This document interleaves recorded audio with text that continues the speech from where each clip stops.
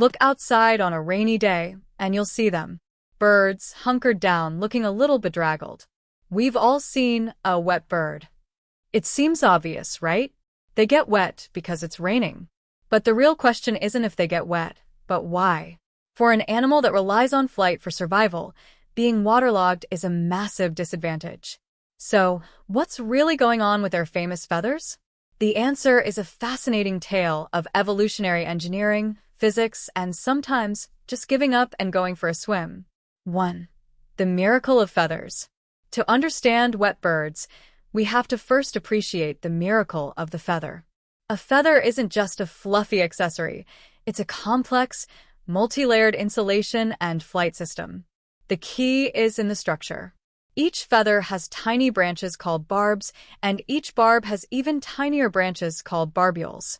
These barbules have microscopic hooks that zip together, creating a smooth, airtight, and watertight surface. This process is called preening, and birds spend hours doing it to maintain this critical barrier. This sleek, outer layer of feathers is called the pinnaceous layer. Think of it like a well-designed roof.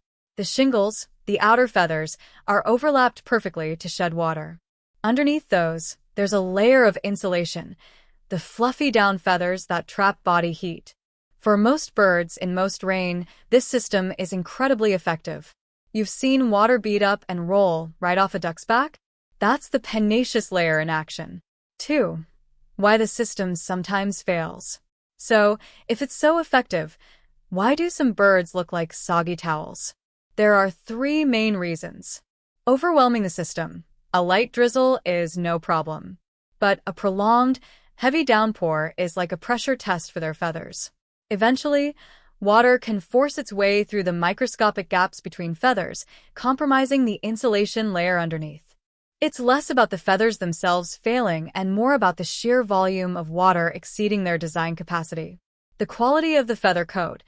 A bird's waterproofing depends on the condition of its feathers. Older feathers wear down. During molting, when birds shed old feathers and grow new ones, they have gaps in their armor. A sick or malnourished bird can't preen effectively, leading to a poor quality coat that water soaks into easily. The dive bomb. Purposeful wetting. And this brings us to the divers. This is the most interesting part. Why do birds like cormorants and anhingas come out of the water sopping wet? It seems like a design flaw, but it's actually a strategic trade-off. 3. The dive bombers trade OFF. The outer feathers of most water birds are waterproof because they are coated in oil from their uropygial gland. They spread this oil while preening, which enhances water repellency. But for deep-diving birds that pursue fish underwater, there's a problem. Air. Bubbles of air trapped in those waterproof feathers make them buoyant. Fighting that buoyancy costs energy and makes deep, fast dives difficult. So, birds like the cormorant have evolved feathers that allow water to penetrate the outer layer. This sounds bad, but it serves a crucial purpose.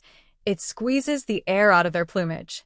By getting wet, they become less buoyant, heavier, and can dive deeper and faster with less effort. It's an incredible energy-saving adaptation. The trade-off is that they lose body heat quickly to the water. That's why you always see cormorants standing with their wings spread out after a dive. They're drying off and warming up in the sun before their next fishing trip. For them, getting wet is a job requirement. 4. The consequences and adaptations. Being wet is serious business for a bird. Water is an excellent conductor of heat.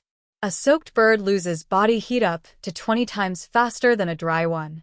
This can lead to hypothermia and a catastrophic loss of energy.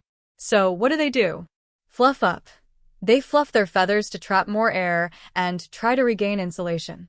Seek shelter. They hide in dense foliage or tree cavities to get out of the wind and rain. Shiver. They generate heat by shivering, just like we do. Their main goal is to survive the storm and then dry off as quickly as possible once it passes. 5. Conclusion. So, why do birds get wet? It turns out it's never just one reason. It's a combination of physics, overwhelming engineering, the individual health of the bird, and, in some amazing cases, a deliberate evolutionary strategy for a more efficient hunt. The next time you see a soaked sparrow or a cormorant drying its wings, you'll see more than just a wet bird.